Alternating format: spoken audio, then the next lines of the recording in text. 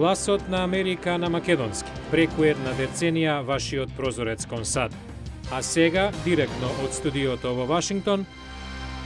Добро вечер, го гледате ТВ журналот Newsflash на Гласот на Америка на македонски, а со вас во оваа емисија ќе биде Јулија Велковска. Започнуваме со Јапонија. Властите предупредуваат дека по денешниот пожар во нуклеарна централа Фукушима, нивото на радиација достигнало опасно ниво. Еве ги најновите детали. Во телевизиско обраќање до нацијата, јапонскиот премиер Наото Кан кажа дека е регистрирано мощно високо ниво на радиација по пожарот во складиштето на нуклеарни прачки на централата Фукушима и дека постои голема опасност од радиација. Властите ги повикаа сите кои живеат во радиус од 30 км од централата да останат дома. Зголемена радиација е забележена дури во Токио, на околу 240 км на југ, но според властите тоа ниво не е опасно по здравјето. Редица земји вршат ревизија на нуклеарната безбедност. Германија прави проценка на планот за натамошно работење на 17 нуклеарни централи. Индија врши инспекција на сите нуклеарни централи за отпорност на земјотреси, цунами и други влијанија. Австралија најави пренасочување кон алтернативни извори на енергија. Вториот по ранг републиканец во представничкиот дом на САД, Ерик Кантор, кажа дека нуклеарната енергија е неопходна за производство на електричната, но дека владата треба да извлече поука од случувањата во Јапонија. Светските сили се попрво за економски мерки отколку армиски решенија за кризата во Либија. Министрите на групата 8, во која членуваат Британија, Германија, Италија, Јапонија, Канада, Русија, САД и Франција, го повикаа Советот за безбедност на Обединетите нации да воведе дополнителен притисок врз либискиот водач Муамар Гадафи да слезе од власт, но не го поддржаа предлогот на Арапската лига за воведување на зона на забрането летање. Внимавајте кого поканувате на Facebook. Девојче од Австралија ја откажа забавата за својот 16-ти роден ден, откако на отворена покана на незиниот профил на Facebook се пријавиле речиси 200.000 гости. Тинеџерката во поканата ја ставила и домашната адреса, велејќи дека незините соученици може да поканат и своји пријатели. Неидентификуваното лице ја проширило поканата понатаму, пошто бројот на пријавени неконтролирано се зголемил. Рок-н-рол галеријата на славните доби нови членови за 2011 година.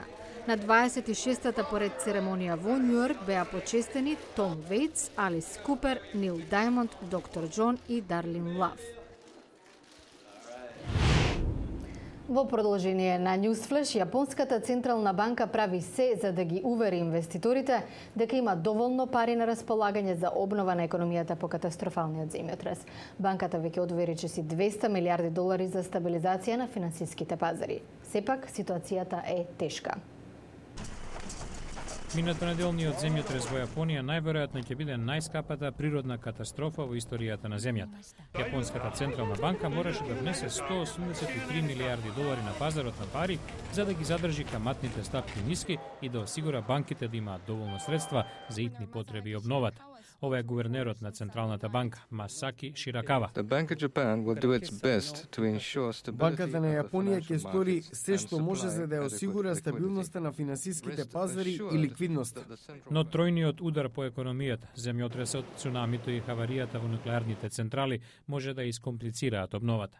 Загриженоста дека ќе дојде до прекин на електрична енергија за фабриките веќе резултираше во голема распродажба на берзата во Токио, чиј индекс падна на најниско ниво во последните 4 месеци. Економистот од Токио, Такуџио Кубо, коментира.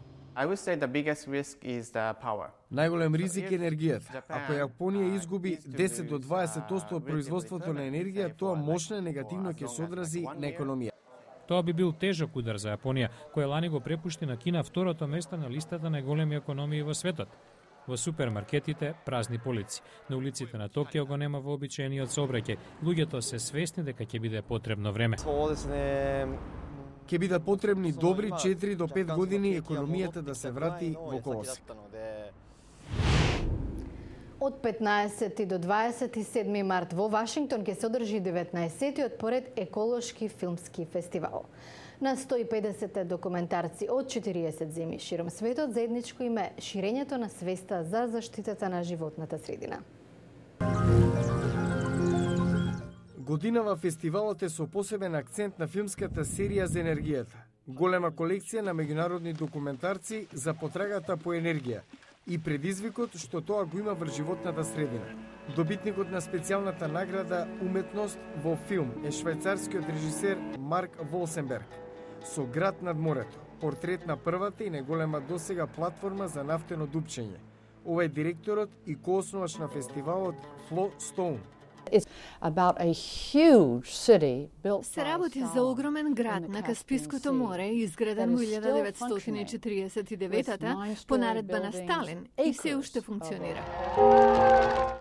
Нафтената индустрија е предмет и на неколку други филмови, меѓу нив и Цевката, за нафтово долж живописното ирско крајбрежје, што драстично го променил животот на локалните земјоделци и риболовци. Меѓу 150 документарци има и анимирани, архивски и експериментални остварувања.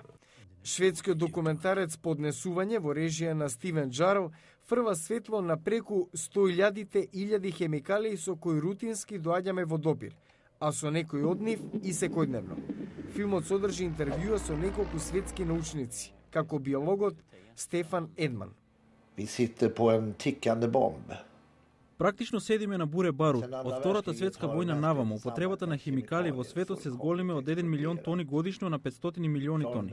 Само минатата година еколошкиот филмски фестивал го посетија 26.000 лица.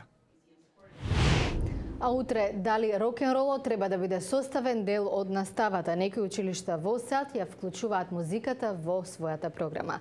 Какви се ефектите, гледате утре во Newsflash. Утре во Newsflash, рок училиште, лекции по рифови на гитара, но и не само за музиката. Гледајте утре во Newsflash.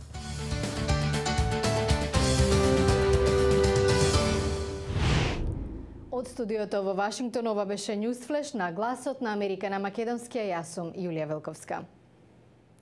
За најново од САД и светот вообичаено ве покануваме да појдете на гласнааmerika.com.